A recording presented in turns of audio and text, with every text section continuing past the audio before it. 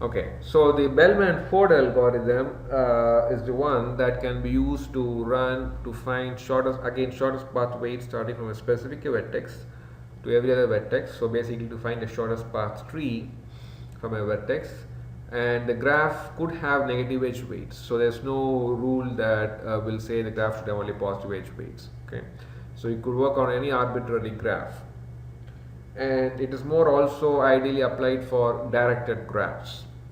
Okay, so Dax's algorithm you would prefer for undirected graphs with positive edge weights, and Bellman-Ford could be applied for undirected graphs too, but you could apply it for directed graphs without any modification or change, as well as the edge weights could be anything. Now, the way the Bellman-Ford algorithm works is again is a very logical way. So let us pick a starting vertex S and vertex D, for which we want to find the shortest path from S to D. Now think about it. So you can reach, say, from S to D only through the neighbors of D, right? So that's the only way you can reach D from S. You have to go through one of the neighbors of D and to reach D.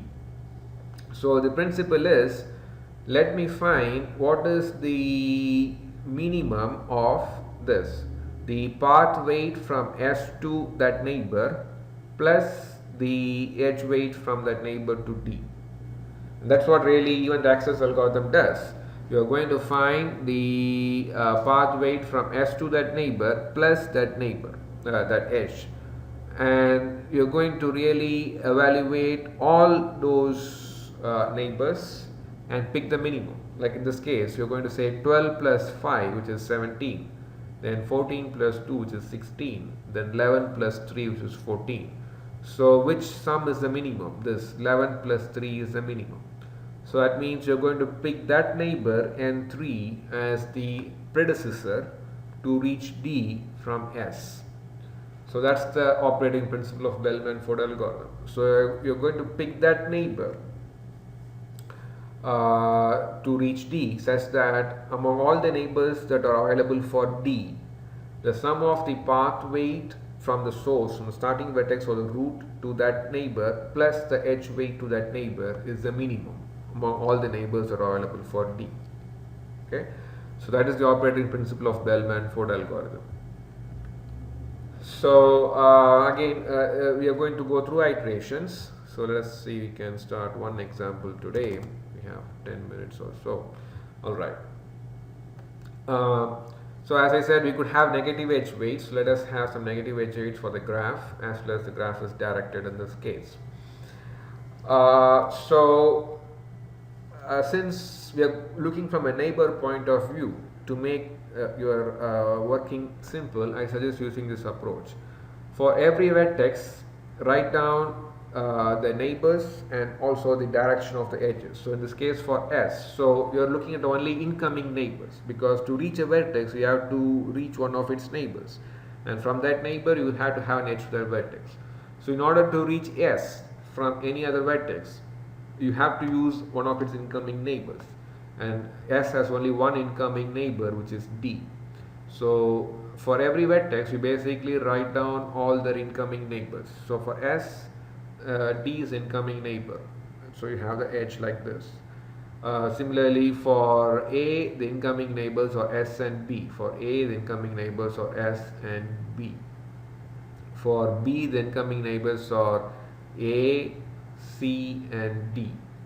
For C, the incoming neighbors are S and A. For D, the incoming neighbors are C and A. So you write down the incoming neighbors. Okay.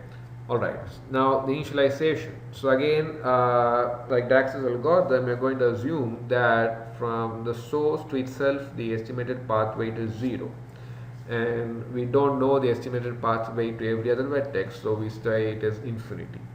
But remember, since the graph could have negative edge weights, we could end up with a case that from S to S there exists a path weight, shortest path of weight less than 0.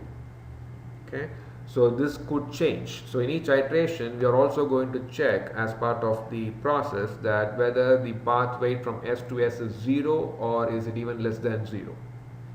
Alright. So to begin with, this is how we will assume that the path weight from S to itself, the starting vertex to itself is 0 and everything else we don't know, so it's infinity. So this is what I have listed here. Infinity or the path weights, estimated path weights for the other vertices. For D it is infinity, for B is infinity, for A, C, D everything is infinity, and for S it is 0. Okay, now you notice that I have indicated the path weights both on the top for the incoming neighbors as well as to that vertex. As we go through the iterations, what we are really going to do is we are going to see if by reaching that neighbor and we can use that edge to that vertex, can we reduce the path weight of the vertex than what we know currently. So what we are going to do is this. For example, in the case of A, from S to S is 0. That's the estimated path weight. Then that 0 plus the edge weight 6 is 6. Is it less than infinity that we currently know for A? The answer is yes. So that means in the next iteration, we are going to make the estimated path weight. Now again, we have to evaluate all the neighbors. So for 0 plus 6 is 6. And then this neighbor, infinity plus negative 2. So infinity plus negative 2 is still infinity. So you take the minimum of the weights you have from all the neighbors. So 6 from S, infinity from B. So a minimum of 6 and infinity is 6. And is it less than what we know currently for A? The answer is yes. So we make 6 as the estimated path weight for A, and the predecessor that we use to get that 6 is going to be S. So we make S as the predecessor. Now you can check also for S, infinity up to D plus the edge weight 2, infinity plus 2, infinity. Is it less than 0? No.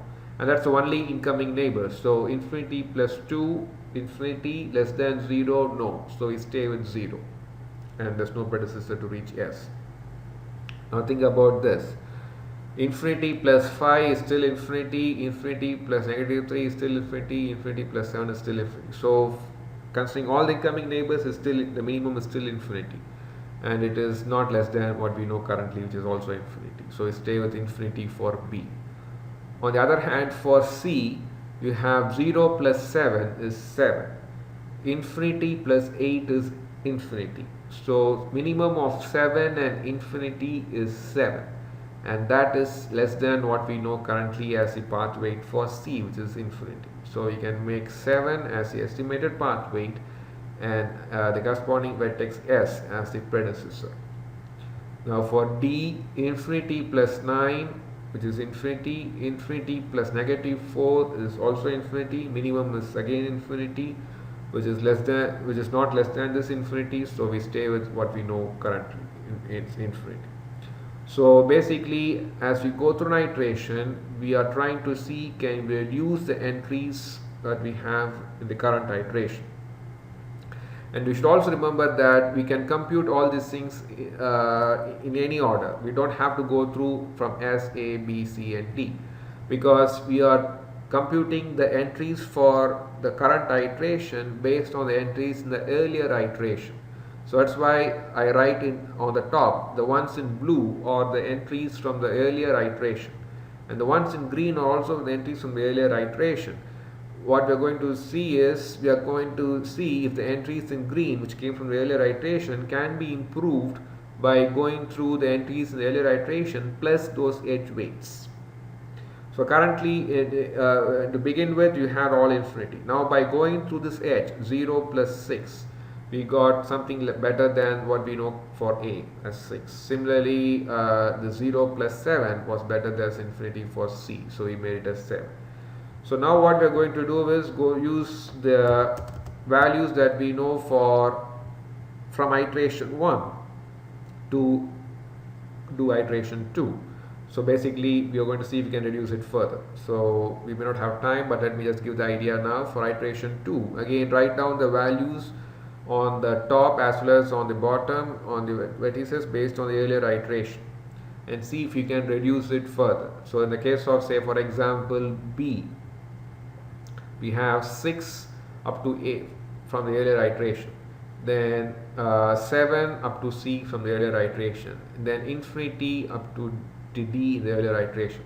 Now look at those edges. 6 plus 5 is 11, 7 plus negative 3 is 4, infinity plus 7 is infinity.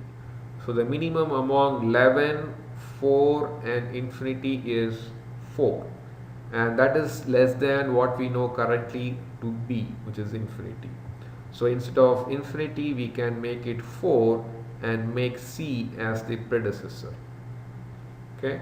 Similarly for A, we have 0 plus 6 is 6, infinity plus negative 2 is infinity. So minimum of 6 and infinity is 6. It's not less than what we know currently. So we stay still 6 for A and stay with S as the predecessor. So try for all vertices. You can try for C. 0 plus 7 is 7. 6 plus 8 is 14. Minimum of 7 and 14 is 7. It's not less than what we know currently for C, which is 7. So stay as 7. And finally, in the case of D, 7 plus 9 is 16. 6 plus negative 4 is 2. So minimum of 16 and 2 is 2, less than what we know currently. So make it 2 and make A, the corresponding vertex, as the predecessor. For S, we cannot reduce because minimum infinity plus 2 is infinity, not less than 0. So stay with 0. So this is how you update the estimated path weights, the vertices, based on the ones that you have for the earlier iterations and the neighbors. Okay, so go through this example. We'll complete it next time. And if you have any questions, you can type, ask